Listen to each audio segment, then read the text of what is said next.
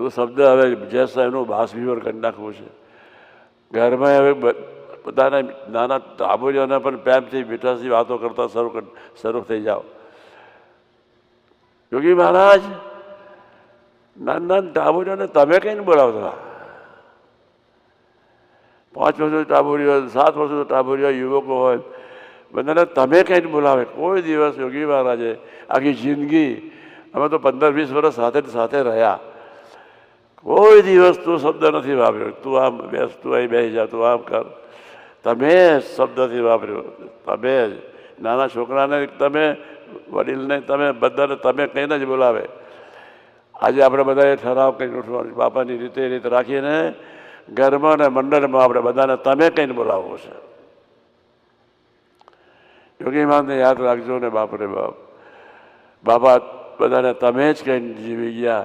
આપણે આમ બધાને ઘરમાં તમે જ કહીને બધાની સાથે વાતો કરીએ, આનંદ કરીએ અને બાપાના દિલમાં આપણે સ્થાન લઈ લેવું છે.